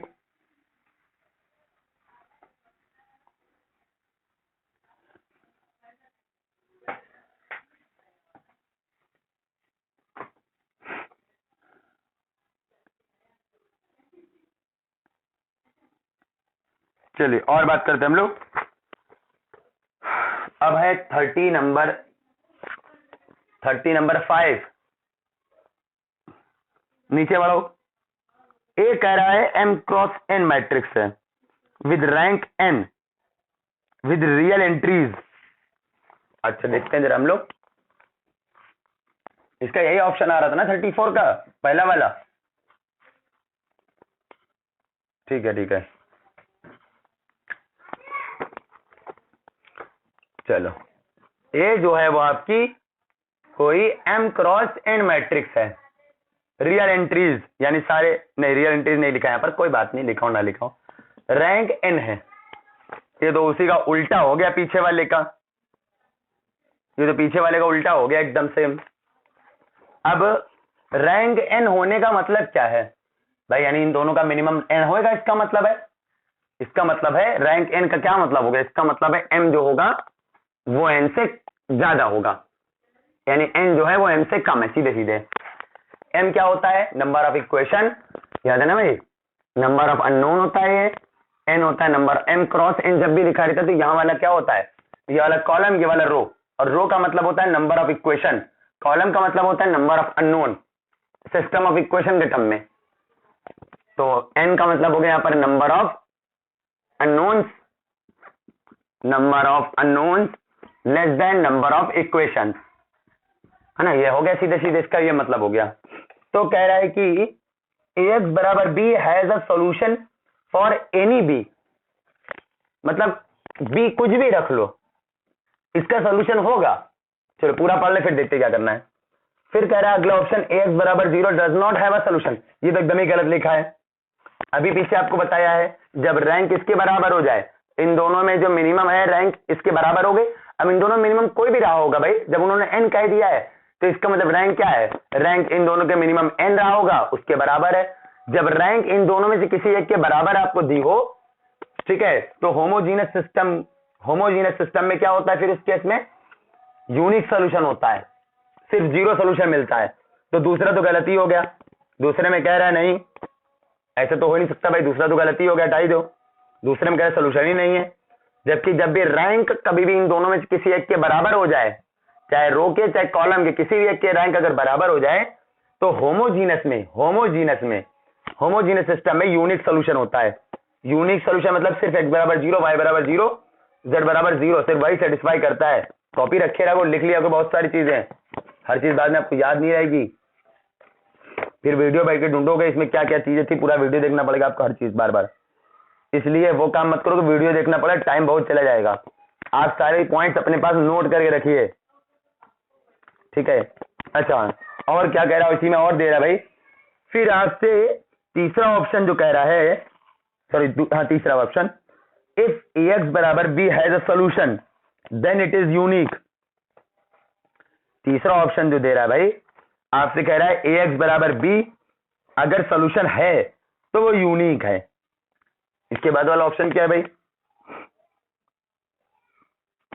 कह रहा है y dash a for some non zero y where y dash denotes transpose of y।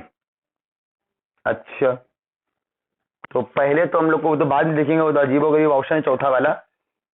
तो पहला दूसरा तो है नहीं, पहले हम पहला और तीसरे में देखे कोई आ रहा है, फिर देखें नहीं है तो चौथे पे जाएंगे, नहीं तो नहीं जाएंगे।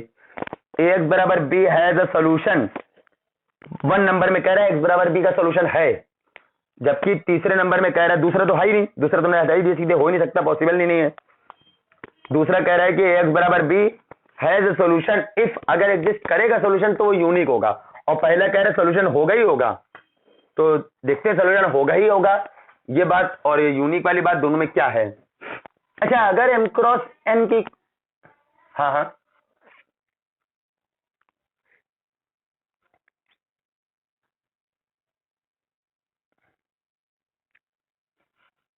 हाँ, नहीं वो तो बात सही है, वो तो बात आप बिल्कुल सही, पहला वाला गलत कैसे हमको ये बताइए,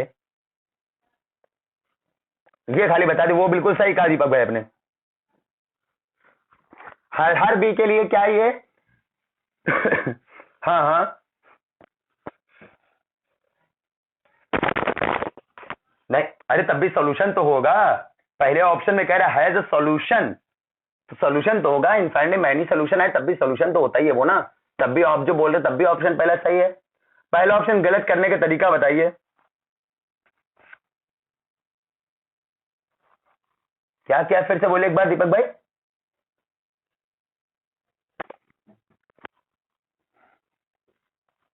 हाँ बिल्कुल सही, और फिर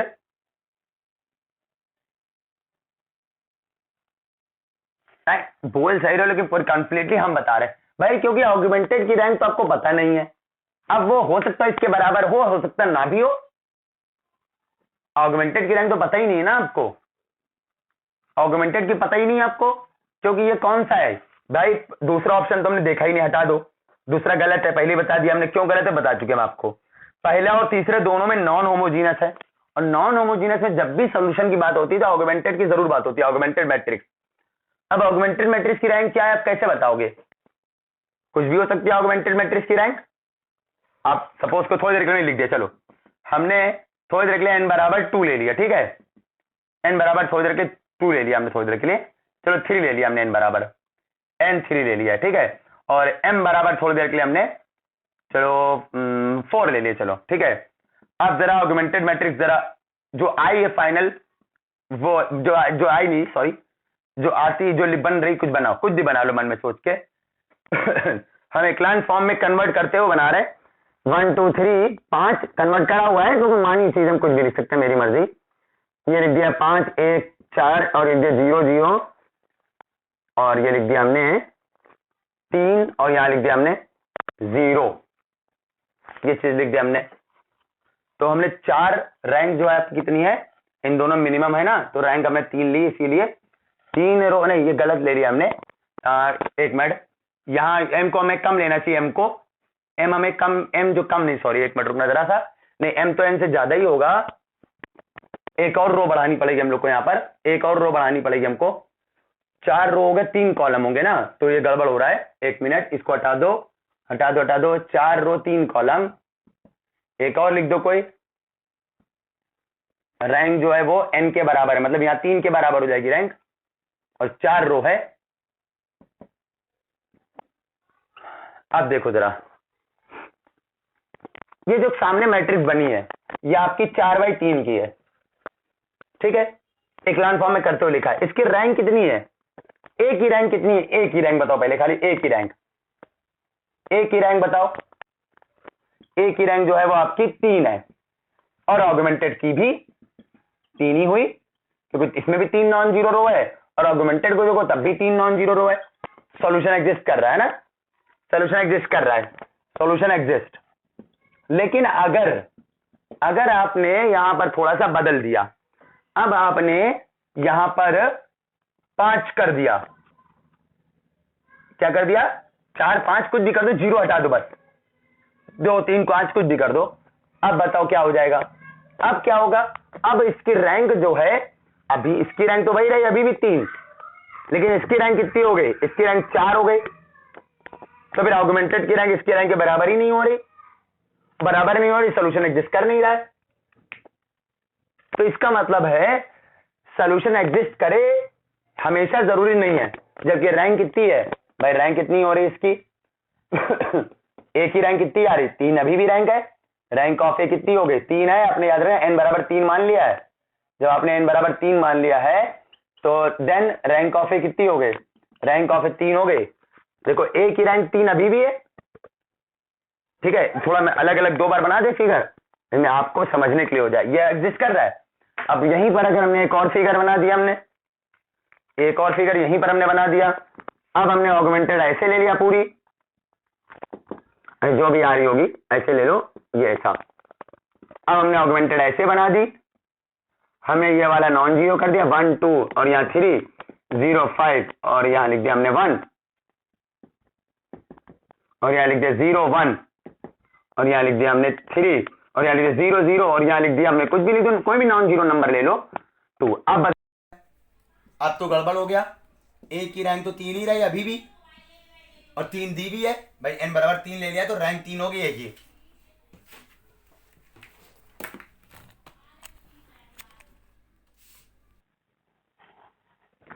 चलो तो आपने ये देखा, इसमें हम लोग ने क्या देखा कि रैंक क्या है? 3 ही है।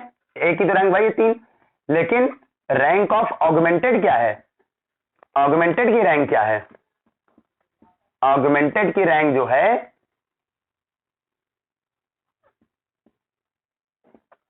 वो आपकी 4 हो गई, ऑगमेंटेड की रैंक 4 हो गई।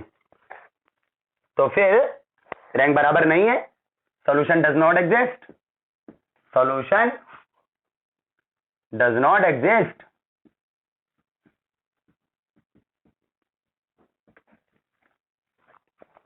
सॉल्यूशन एग्जिस्ट नहीं कर रहा है। तो यहां पर बी कौन है? यहां पर बी कौन है? इस केस में बी क्या है? इस केस में बी जो है वो 3 1 3 0, और इस केस में बी कौन है? 3 1 3 2। तो सॉल्यूशन इधर वाले बी के लिए एग्जिस्ट कर रहा है, लेकिन इस केस में बी कौन है? 3 1 3 2 नहीं एग्जिस्ट कर रहा है। तो इसलिए ये नहीं कह सकते हम लोग कि रैंक अगर इन दोनों में से किसी एक के बराबर है, जैसे कि यहाँ रैंक 3 है हमने ले लिया, यानी n के बराबर है उन्होंने कहा, तो n 3 ले लिया हमने। तो रैंक अगर इन दोनों में से किसी एक के बराबर है तो सोल्यूशन नॉन होमोजीनस का सोल्यूशन एग्जिस्ट करेगा, ऐसे जरूरी नहीं है। होमोजीनस का एग्जिस्ट करता है ऑलवेज, होमोजीनस का तो करता ही है भाई। रैंक अगर इन दोनों में से किसी एक के बराबर होगा तो होमोजीनस का करेगा, सोल्यूशन एग्जिस्ट करेगा और यूनिक सोल्यूशन होगा। लेकिन नॉन होमोजीनस में अगर रैंक इन दोनों में से किसी एक के बराबर है तो नॉन होमोजीनस में सोल्यूशन एग्जिस्ट कर भी सकता है, नहीं भी कर सकता है। हाँ, लेकिन कर गया तो अभी आपको पीछे बताया था सोल्यूशन यूनिक होता है, तो नॉन होमोजीनस में वही चीज है। तो एज अ रिजल्ट इसको याद रखना। अब हम इसको इरेज करके देख रहे हैं हम आगे बात, यहां आगे इरेज करके लिख रहे हैं हम आगे बात। ठीक है, यहां बात करके लिख रहे हैं, आप याद रखना ये बात कि then rank of A and rank of इतना मे और may not be equal for A X बराबर बी लिख जाए, समझ जाना नॉन होमोजेनस की बात हो रही है, ठीक है। बराबर इक्वल हो भी सकता है, नहीं भी। अब यहाँ एम लिखा हो या एन लिखा हो उससे मतलब नहीं, सबके लिए हम बता रहे, ठीक है। तो रैंक बराबर हो भी सकती है, नहीं भी, तो ठीक है भाई। वैसे नंबर ऑफ कॉलम ही हमेशा यहाँ लिखा होता है, नंबर ऑफ रो जल्दी नहीं लिखेगा आपको, नंबर ऑफ कॉलम ही क्या लिखेगा। पिछले वाले क्वेश्चन में नंबर ऑफ कॉलम के ही बराबर आ रहा था, यहाँ पर आपको याद होगा 4 आया था, हाँ ठीक है, याद रखना।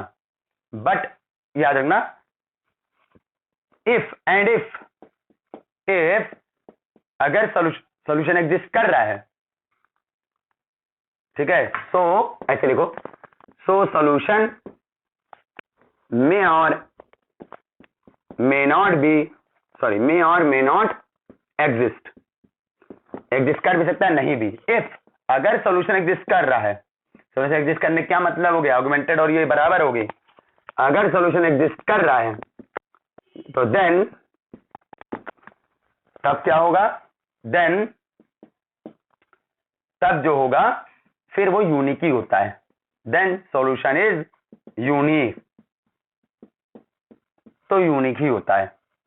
और होमोजीनस में वहां एग्जिस्ट हमेशा करता है, वो यूनिक ही होता है, लेकिन यहां पर नॉन होमोजीनस के लिए एग्जिस्ट कर रहा है तो यूनिक होगा, और हमेशा एग्जिस्ट कर रहा है हम ये नहीं कह सकते भाई, एग्जिस्ट कर रहा है तो यूनिक होगा। तो ये था आपका 35 नंबर, ठीक है। 34 35 अब एक बचा 37, तो 37 नंबर क्या है भैया,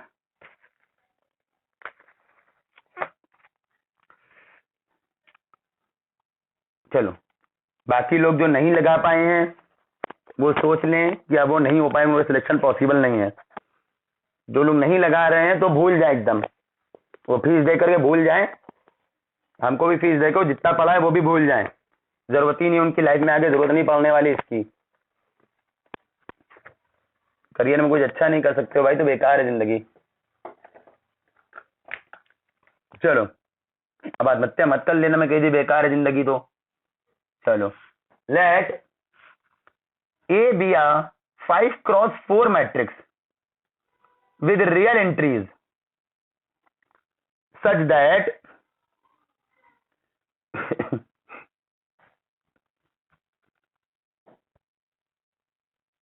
space of all solution of the linear system if dash बराबर 1 2 3 4 5 is given by this। इसको लिखना पड़ेगा, ऐसा नहीं समझ में आएगा। एक मिनट लिख दे रहे जरा हम, पहले क्वेश्चन थोड़ा सा मेन बात लिखेंगे, बाकी नहीं लिखेंगे। मेन बात क्या है सुनना जरा। 37 ए जो है वो 5/4 की मैट्रिक्स है। Space of all solution to the system एक डैश बराबर दिया उन्होंने 1 2 3 4 5, ठीक है। चलो भाई ठीक है, एंड और क्या दे रहा है, इसका भी डैश लिखा उन्होंने आगे। सॉल्यूशन गिवन बाय, तो सॉल्यूशन क्या है, स्पेस ऑफ ऑल सॉल्यूशन, तो स्पेस मतलब भाई सॉल्यूशन स्पेस इज उन्होंने दे दिया ये 1 + 2s 2 + 3s और 3 + 4s 4 + 5s, ठीक है कोई बात नहीं। एम तो कहीं है नहीं यार, लिख दिया एम। हम कहां से लाए एम भाई, खरीद के लाए कहीं से एम, कैपिटल एम कहीं दिया नहीं, जबरदस्ती एम लिख दिया। यहां पर होना चाहिए था एम, ये यहां पर एम है, यहां पर एम है, एक्स नहीं है, वो एम है, एम ही है, ये एम है, ये है। यहां पर ट्रांसपोज है, डैश का मतलब ट्रांसपोज। तो सुनो जरा सा भाई, बात दरअसल क्या है हम आपको बताए। बात यह है कि ये जो सॉल्यूशन स्पेस होता है ये होती है एक्स की वैल्यू, ठीक है। ये सॉल्यूशन स्पेस जो होता है वो होती है एक्स की वैल्यू। तो जो इक्वल में लिखा है यहाँ पर ये होता है बी की वैल्यू, उसका डैश लिखा है तो समझ जाओ यहाँ पर बी का ट्रांसपोज है। ठीक है, पूरा बी का ट्रांसपोज है। तो सही मायनों में आपको बताया है क्या चक्कर है, इन्होंने ये दिया है सॉल्यूशन स्पेस, यानी ये आपकी एक्स की वैल्यू है। तो एक्स कितना हो गया जरा बताओ भाई, एक्स हो गया आपका ये 1 + 2s। ट्रांसपोज का मतलब हटा दे जरा, ट्रांसपोज का मतलब ऐसे लिख दो जरा, ये एक्स हो गया आपका, क्या लिखा है एक्स, ट्रांसपोज का मतलब ऐसे 1 + 2s, 2 + 3s और 3 + 4s, 4 + 5s, ये आपका एक्स हो गया। ठीक है, ये हो गया एक्स। ठीक है, चलो ये हो गया आपका एक्स। और बात आ रही है बी। बी आपको मालूम ही दिख ही रहा, बी कौन है, बी आपका 1 2 3 4 5। ठीक है बी आपका है 1 2 3 4 5। तो उन्होंने कहा क्या यार, एक मिनट रुको, क्वेश्चन निकालना क्या है, रैंक ऑफ ए निकालना है, दिसंबर 2011 में आया है। ठीक है, ये दिसंबर 2011 का क्वेश्चन है। तो उन्होंने क्या है, इसकी रैंक बताओ, किसकी रैंक बतानी है आपको, ए की रैंक। थोड़ा सा सोचने का टाइम दो जरा सा भाई, 2 मिनट।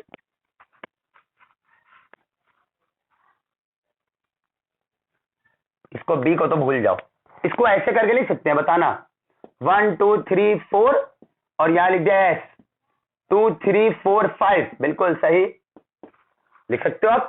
अरे बात वही है भाई, एस अंदर जाएगा इसमें, यहां भी यहां भी यहां भी यहां भी, दोनों मैट्रिक्स ऐड होंगी, पहला पहला दूसरा दूसरा तीसरा तीसरा चौथा चौथा, यही तो आ जाएगा भाई। इसको ऐसे लिख सकते हो ना, लिख दिया। 2 सॉल्यूशन मिलने, इसका मतलब है ये क्या लिखा है, ध्यान से देखो, 2 सॉल्यूशन नहीं, सॉरी, ये जो लिखा हुआ है इसका और इसका, ये 2 सॉल्यूशन का लीनियर कॉम्बिनेशन है। सही से देखो, इसको एस को स्मॉल है, थोड़ा सा ऐसे बना दे, नहीं तो आपको लगेगा अलग अलग। ध्यान से देखो, ये क्या लिखा है, ये जो है इट इज भाई, जब कोई चीज में, कोई 2 चीज में, 3 चीज में, 4 चीज में कुछ भी कह लो, उनमें कुछ स्केलर का मल्टीप्लाई करके उनको ऐड या सब्ट्रैक्ट कर दो, लीनियर कॉम्बिनेशन क्यों हो जाता है।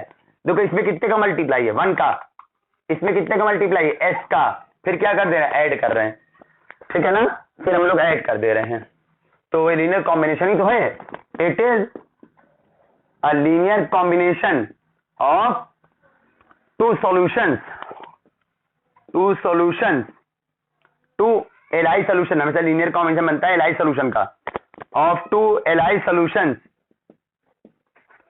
एक कौन 1 2 3 4, 1 2 3 4 और दूसरे कौन 2 3 4 5, ये 2 सॉल्यूशन का लीनियर कॉम्बिनेशन है। इसका मतलब कितने सॉल्यूशन मिल रहे हैं, सीधे से बात करो, यानी इसका मतलब है 2 सॉल्यूशन मिल रहे हैं यहाँ पर, तभी से तो लीनियर कॉम्बिनेशन 2 का मिल रहा है, तभी यहाँ पर बन रहे हैं 2 सॉल्यूशन मिल रहे हैं, इसका मतलब है। ठीक है, तो भाई 2 सॉल्यूशन का लीनियर कॉम्बिनेशन है ना, तो इसका मतलब 2 ही सॉल्यूशन तो मिल रहे, तभी तो उनका लीनियर कॉम्बिनेशन लिखा है। सॉल्यूशन स्पेस में क्या रहता है, सॉल्यूशन स्पेस में होता है वेक्टर स्पेस, और वेक्टर स्पेस में उन्होंने क्या रखा हुआ है, वेक्टर स्पेस में रखा हुआ है जो सॉल्यूशंस थे उनका लीनियर कॉम्बिनेशन है। देखो ध्यान से, ऐसे से लिखा लीनियर कॉम्बिनेशन, तो इसका मतलब है ये जो है ये सॉल्यूशन हो गया, ये सॉल्यूशन हो गया, इन दोनों का लीनियर कॉम्बिनेशन है ये पूरा सॉल्यूशन। ठीक है, इसका मतलब है सॉल्यूशन स्पेस कितना हो गया, क्या लिख दिया हमने, तो क्या लिख रहे हैं हम लोग, linearly independent solutions, 2 linearly independent solution हो गए। इसका मतलब हो गया, so number of solution equal to 2।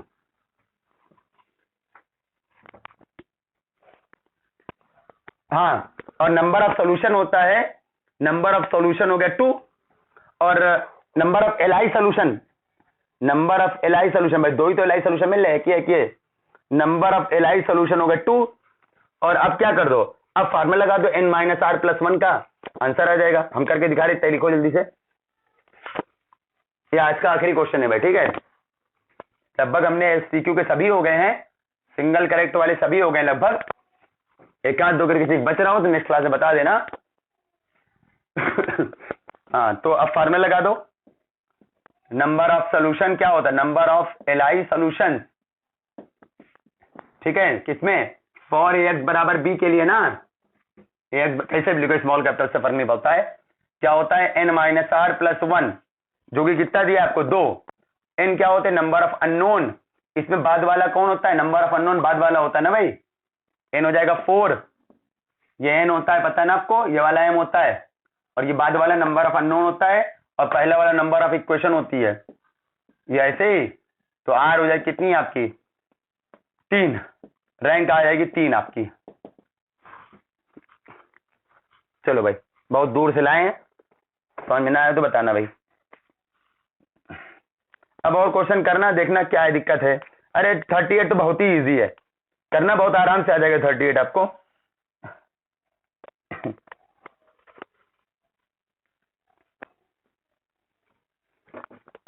बिल्कुल जैसे करते हो वैसे करिए आप।